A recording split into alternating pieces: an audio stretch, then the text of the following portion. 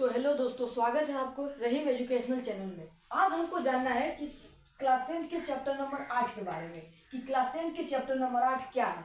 तो क्लास 10 का chapter number 8 है ट्रिगोनोमेट्री। तो आज हमको पता करना है कि ट्रिगोनोमेट्री क्या है, उसमें एक हिस्ट्री है, एक कहानी है, उस कहानी को समझना है आज। और जब हम उस कहानी को समझ जाएंगे तो ट्रिगोनोमेट्री जो है पूरा का पूरा आसान लगेगा, सारा क्वेश्चन बना देंगे। उस बस सबको इस कहानी के ऊपर देखना है, इस कहानी को समझना है, बाकी सारे क्वेश्चन हम सॉल्व कर पाएंगे आसानी के साथ। तो अगर हम ट्रिगोनोमेट्री को शब्द के हिसाब से देखें, इसको शब्द के हिसाब से पहचाने, तो सबसे पहले ट्री का मतलब होता है तीर, और कोण जो है हिंदी वर्ड है, इसको इंग्लिश में एंगल बोलते हैं। तो कोण को हम लोग कोणी लिखते हैं। और मीट्री का मतलब होता है मापन। मापन यानी कि मापना, नापना, तोड़ना, इसी को बोलते हैं। तो तीन कोण का मापन, तीन कोण का मापन किस में होता है? त्रिभुज में होता है। अब कौन सी त्रिभुज है, इसी को पता करना है। अगर वो त्रिभुज हमको पता चल गई तो सारा का सारा त्रिकोणमितीय क्वेश्चन को हम आसानी के साथ सॉल्व कर पाएंगे। हमको पता है कि तीन कोण का मापन त्रिभुज में होता है, फिट है, हम लोग एग्री है इस चीज से, बट हमको पता करना है कि ये कौन से त्रिभुज है जिसके ऊपर ये फिट होता है। तो ये सारा कंसेप्ट से हमको त्रिभुज मिला, सही है। अब हमको पता करना है कि ये कौन से त्रिभुज है, तो हमको थोड़ा सा अध्ययन करने के बाद पता चला कि समकोण त्रिभुज है। क्या है? समकोण त्रिभुज है। समकोण त्रिभुज के ऊपर सारा के सारा त्रिकोणमितीय अनुपात हो, त्रिकोणमितीय चैप्टर फिट होता है। तो अब हमको पता करना है कि समकोण त्रिभुज क्या है, समकोण त्रिभुज किसे कहते हैं। और जब समकोण त्रिभुज की बात आए तो वहां एक बहुत महान मैथमेटिशियन का नाम आता है, जिसका नाम है पाइथागोरस। पाइथागोरस ने ही हमको बताया कि समकोण त्रिभुज क्या है, समकोण त्रिभुज किसे कहते हैं। इन्हें पाइथागोरस साहब ने हमको बताया। तो समकोण त्रिभुज किसे कहते हैं? जिसमें एक कोण 90 डिग्री हो, बाकी दो कोण 90 डिग्री से छोटा हो। अब इसको थोड़ा सा हम फिगर के हिसाब से देखें, फिगर के हिसाब से देखते हैं। जिसमें एक कोण क्या हो, 90 डिग्री हो, बाकी दो कोण 90 से छोटा हो, उसको समकोण त्रिभुज बोलते हैं। अब इसमें एक पाइथागोरस ने बहुत अच्छा कंसेप्ट दिया, जिसको हमने एक प्रमेय के रूप में भी जाना, पाइथागोरस प्रमेय, उसके बारे में भी हम जानेंगे। तो उन्होंने समकोण त्रिभुज को डिफिनेशन के साथ बताया कि समकोण त्रिभुज किसे कहते हैं, उसमें एक कंसेप्ट दिया। अब उस हम कंसेप्ट को समझते हैं कि समकोण त्रिभुज क्या है, कि समकोण त्रिभुज किसे कहते हैं। अब हमको एक कंसेप्ट पता करना है कि समकोण त्रिभुज क्या है, इसमें क्या क्या होता है। हमको तो डिफिनेशन के हिसाब से पता चल गया कि समकोण त्रिभुज किसे कहते हैं। अब इसको हम थोड़ा सा मिटाते हैं। अब हमको पता करना है कि समकोण त्रिभुज क्या है, समकोण त्रिभुज क्या है, इसके बारे में हमको पता करना है। तो सबसे पहले हम यहाँ एक समकोण त्रिभुज बनाते हैं, जिसमें बी हमारा क्या है, 90 डिग्री का एंगल है, 90 डिग्री का एंगल है। जब तक त्रिभुज में एक 90 डिग्री नहीं हो, समकोण त्रिभुज बन ही नहीं सकता है। तो सबसे पहले हमको बी 90 डिग्री मिल गया। अब इसमें एक पाइथागोरस साहब ने एक कंसेप्ट बताया, उसके नाम से एक प्रमेय भी है, पाइथागोरस प्रमेय। उसी प्रमेय के हिसाब से हमको एक कंसेप्ट पता चला, जिसमें क्या होता है, कर्ण का वर्ग, कर्ण का वर्ग बराबर लंब का वर्ग प्लस आधार का वर्ग।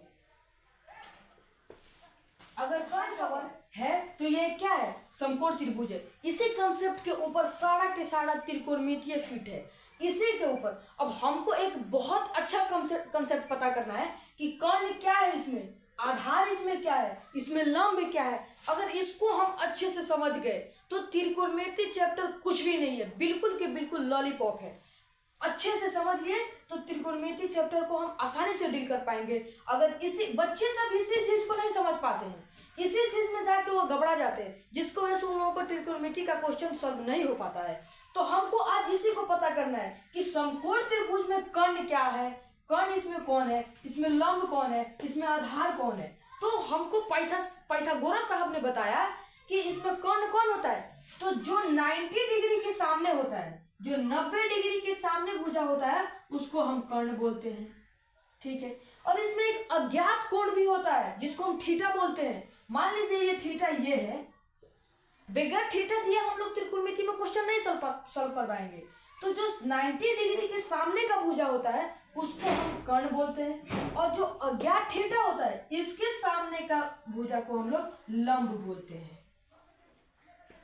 अज्ञात थीटा के सामने वाले भुजा को हम लोग लंब बोल दिए। अब आधार किसको बोलते हैं? तो जिसपे सारा के सारा त्रिभुज फिट हो, जिसपे सारा के सारा त्रिभुज अड़ा हो, उसको हम आधार बोलते हैं। इसको हम लोग क्या बोलते हैं? इसको आधार बोलते हैं। जिसपे सारा के सारा त्रिभुज अड़ा हो उसको आधार बोलते हैं। तो इस तरीके से हमने इसको पहचान किया।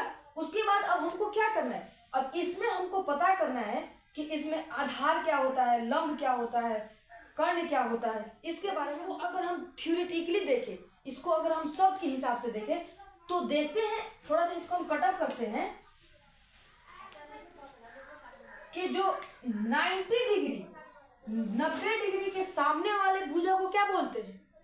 कर्ण बोलते हैं। 90 डिग्री के सामने वाले भुजा को कर्ण बोलते हैं। 90 डिग्री के सामने वाले भुजा को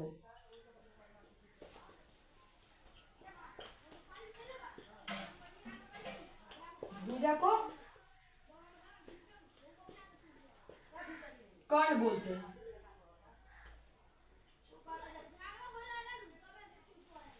90 डिग्री के सामने वाला भुजा को क्या बोलते हैं? कर्ण बोलते हैं। और जो अज्ञात थीटा होता है और थीटा के सामने वाले को, थीटा के सामने वाले भुजा को क्या बोलते हैं? लंब बोलते हैं। सामने वाले भुजा को क्या बोलते हैं? लंब बोलते हैं। और जिस पे त्रिभुज टिका हो,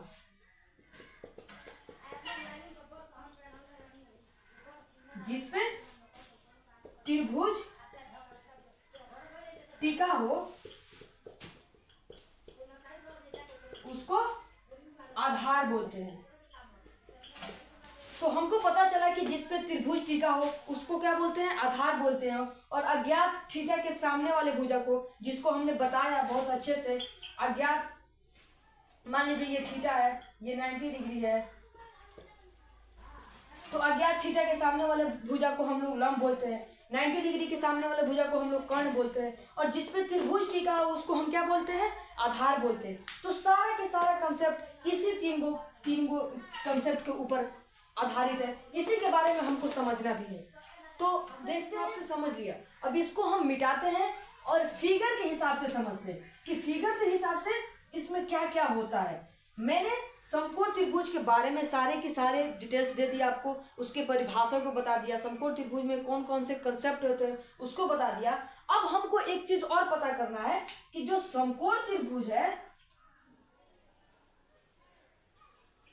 समकोण त्रिभुज जो है, अब इसको तो हमने पता कर लिया कि ये कर्ण है, इसको तो हमने पता किया कि ये कर्ण है, ये आधार है और ये लंब है, क्योंकि हमने इसको थ्योरेटिकली भी समझा है, उसके हिसाब से हमने लिख दिया।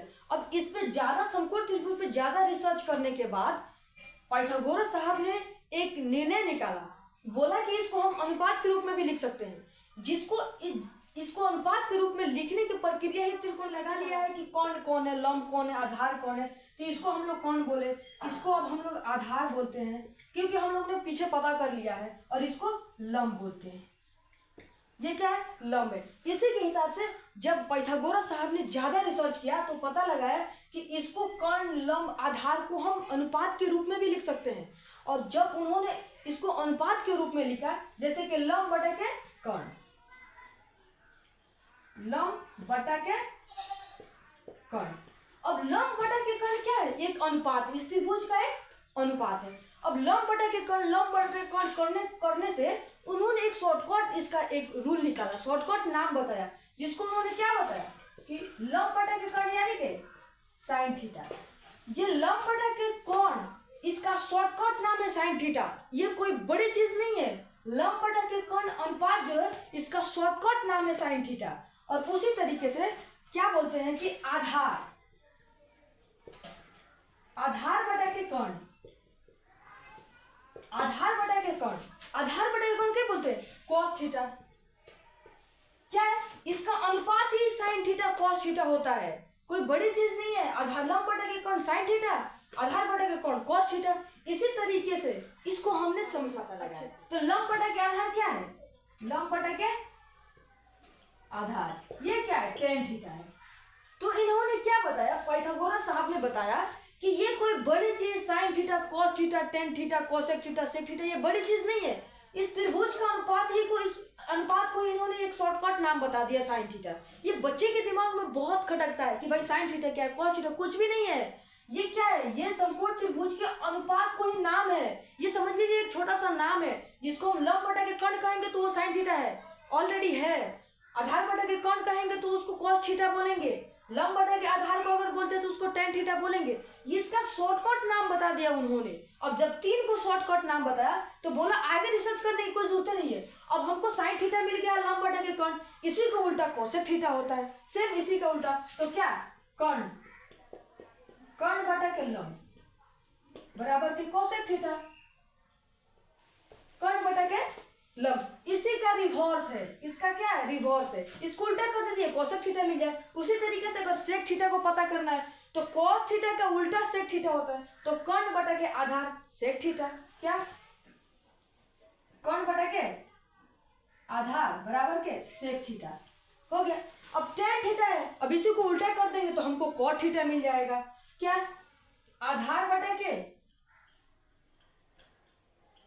लंब बराबर के cot थीटा, सेम इसका शॉर्टकट नाम है, कोई बड़ी चीज नहीं है। इसका शॉर्टकट नाम है, इस अनुपात का शॉर्टकट नाम है sin theta cos theta sec theta cosec theta इसका। अब इसमें उन्होंने संबंध तो बता दिया, अब संबंध के बारे में थोड़ा सा अब हम लोग जान लेते हैं, क्या इसमें संबंध है क्या नहीं है। थोड़ा इसको मिटाते हैं कि इसमें क्या संबंध है क्या संबंध नहीं है। तो उन्होंने त्रिकोणमिति के बारे में बताया, इसको त्रिकोणमिति के संबंध पता करते हैं हम।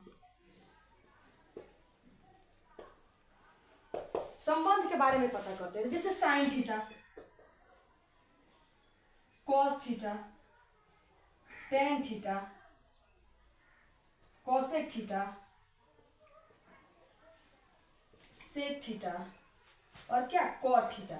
ये 6 जो भाई है ना, 6 भाई, इसी को त्रिकोणमिति बोलते हैं बच्चों। ये कोई बड़ी चीज नहीं है, हम बार बार बोल रहे हैं कि ये बड़ी चीज नहीं है, क्योंकि ये 6 भाई है ना, इसी को त्रिकोणमिति बोलते हैं। हमने पता लगाया कि sin थीटा क्या है, sin थीटा क्या है, तो हमने पता लगाया कि ये समकोण त्रिभुज के अनुपात का शॉर्टकट नाम है। समकोण त्रिभुज के अनुपात के शॉर्टकट नाम है। sin थीटा cos थीटा कोई बड़ी चीज नहीं है।